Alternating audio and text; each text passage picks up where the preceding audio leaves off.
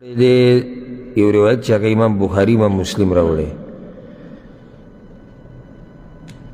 عن ابي مسعود البدري رضي الله عنه. ابو مسعود البدري وګوره یو عبد الله بن مسعود دی یو ابو مسعود دی. عبد الله بن مسعود رضي الله عنه د مشر صحابي دی او دا چې د ابو مسعود دی دی وی پیغمبر صلی الله علیه وسلم دا خبره کړې ده الآیتان من آخر سورة البقره. چا چې د سوره بقره آخري دو آیتونه دې باره کې خبره کې من قرأهما فی لیلة کفتا چا چې دا دو آیتونه په شپه کې ولوستل نو د دپاره کافي شو. چا چې دا دو آیتونه وي دا دو آیتونه ولا کافي دي الله تعالی مسله اسانه کړي الله به حفاظت وکړي. بیا دغه کسانو ته هم دا کوم چې وظیفې ورپسې ګرځي غریبان او څوک بیمار دی او د چا مزدوري نشته او چا څه مسله چا دا واوره که نه وګوره وایي چا چې دوه آیتونه ووایي دا آیتونه د لپاره څه شو کافي شو. لاندې ورسره ګوره د علي رضی الله عنه قول راوړی دی. علي رضی الله عنه وایي چې څوک عقل والی نو دا آیتونه به نه پرېږدي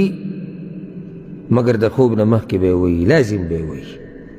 چې عقل والی معنی څه شوه چې عقل یې کار نه کوي هغه به یې نه وایي ولې لکه اوس ته دې تجارت ته وګوره د دوو آیتونو په بدل کې تا ته څه میلاویږي یعنې هر څه دپاره کافي شو. اوس چې دا تجارت څوک پرېږدي دی به د عقل خاوند نه دی د عقل خاوند یعنې دوه آیتونه ستا دپاره کافي کېږي رب العالمین د حفاظت کې حاجتونه دله پوره کوي په ژوند کې دله برکت راچوي په رزق کې به دله برکت راوړي شیطان نه په حفاظت کې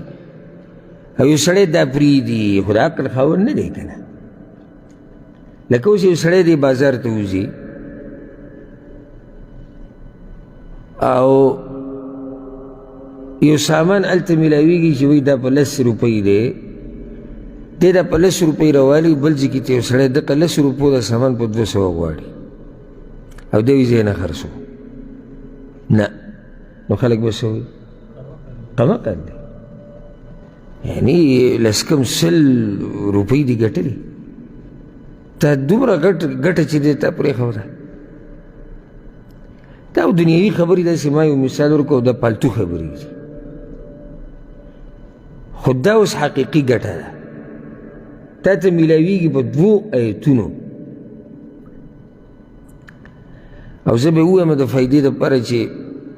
کوم ملګري سره ګړۍ کې دغه شته هغه حساب چې کوي ته عثمان حساب وځه یې وایم زه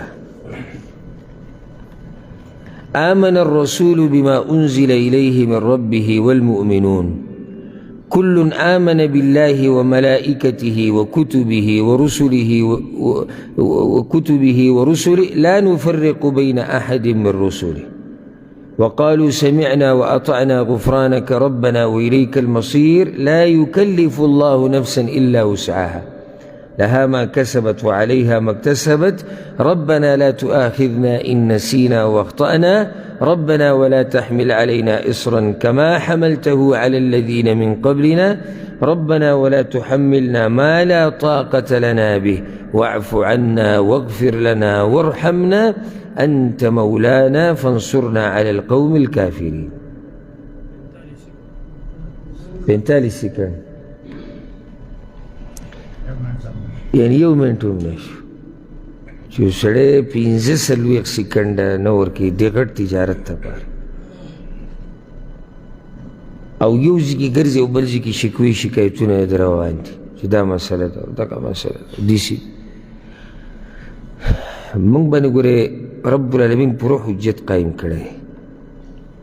او ځکه یو حدیث کې دا هم راځي رسول صلی الله علیه وسلم وایي که قیامت په ورځ چا په خپله تله کې بد اعمال وموندل فلا یلومن الا نفسه نو خپل ځان دې ملامته کړي. ګوره ته داسې نشي کېدی چې ته الله ملامته کړي الله په څه کې ملامته کړي یو خبر وکړي په څه کې ملامته کولی شي پیغمبر په څه کې ملامته کړي علما په څه کې ملامته کړي هر څه شته.